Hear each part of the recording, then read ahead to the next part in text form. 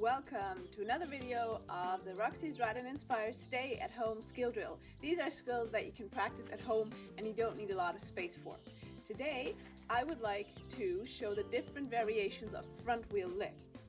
And in my next video, I will be showing rear wheel lifts, and in the next video, I will be showing slow speed drop-offs. So, all in all, I will be showing all the different parts to perform the following maneuvers.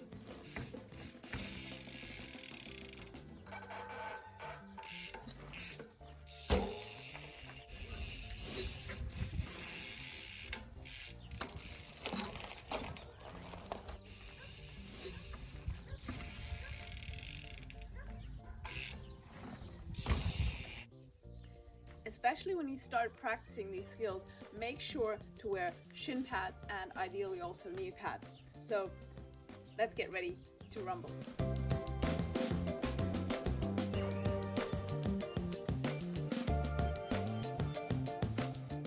Front wheel lift number one is the classic or basic front wheel lift.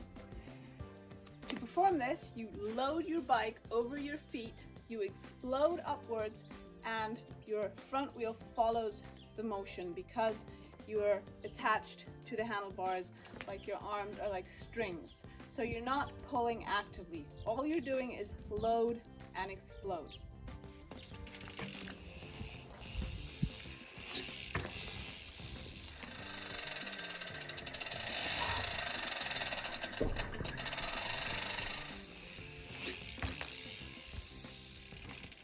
Make sure you have this step dialed before progressing to the next one. Because it's very important that you're loading your bike nicely over your feet and you're exploding upwards. If you don't have a full suspension bike, this works just as fine because then you would be compressing your tires, and if you have your fork over your feet. And if you have a full suspension bike, then you just have to wait a little longer. What I mean is you're loading the tires or your suspension, and the moment they unload, you want to explode. So this is a timing issue. And then you'll notice that your front wheel just comes up automatically.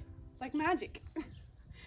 Once you have this dialed, then the next step is load, explode, and you want to pull the handlebar a little bit towards yourself, and you want to soften your knees so that your bike can come into you.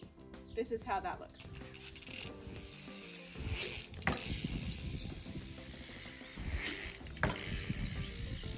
That's the version for higher front wheel lifts, like the one I was performing before.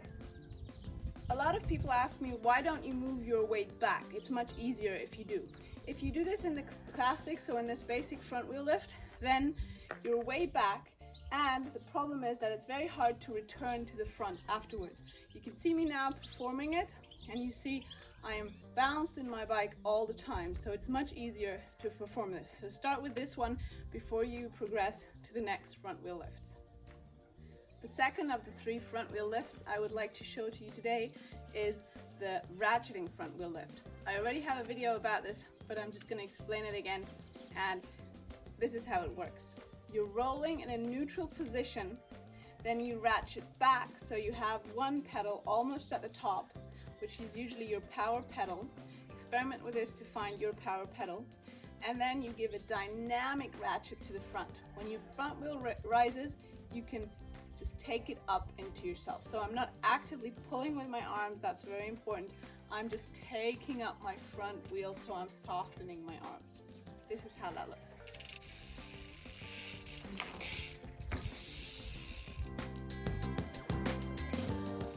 For this one, gearing is a very important topic. So choose a gear that is not too easy and not too hard.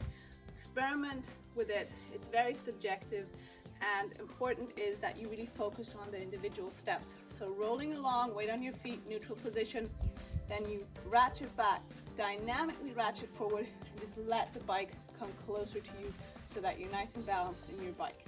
This way also you avoid falling backwards, which then could result in your bike looping out beneath you. So that's why the staying and taking up the bike is so important. And now we're ready for front wheel lift number 3, which is the manual front wheel lift. As the name says, this is also the movement you will need if you want to roll around on your rear wheel in the manual for ages. And the manual front wheel lift is quite a progressed one, so make sure to have the other ones dialed before you get this one. This is how it looks.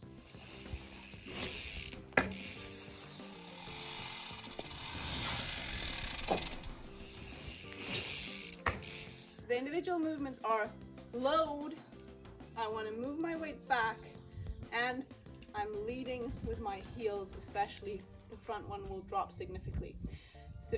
And this is something that took me ages to learn because I had someone teach it to me with my heels pointing down. So I would say get used to that straight away, that you're loading and then you're moving back and you have your heels pointing nice and down. This way you're actually pushing the bike beneath you and accelerating it, which means that it's lifting easier. You can see my arms just stretch out at the same time. You can also aid this by pushing on the handlebars a little bit, but usually concentrating on the load and the extension of the feet with the leading heels is what does the trick.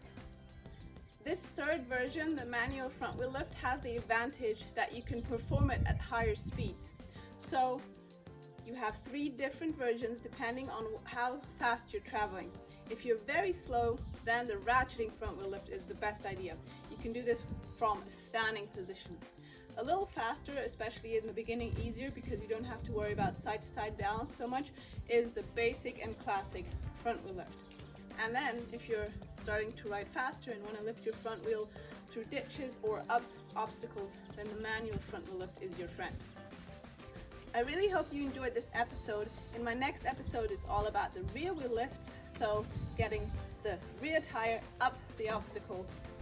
If you liked it, buy me a coffee. I would really appreciate it because I love coffee. I don't know if I've mentioned it, but I love coffee.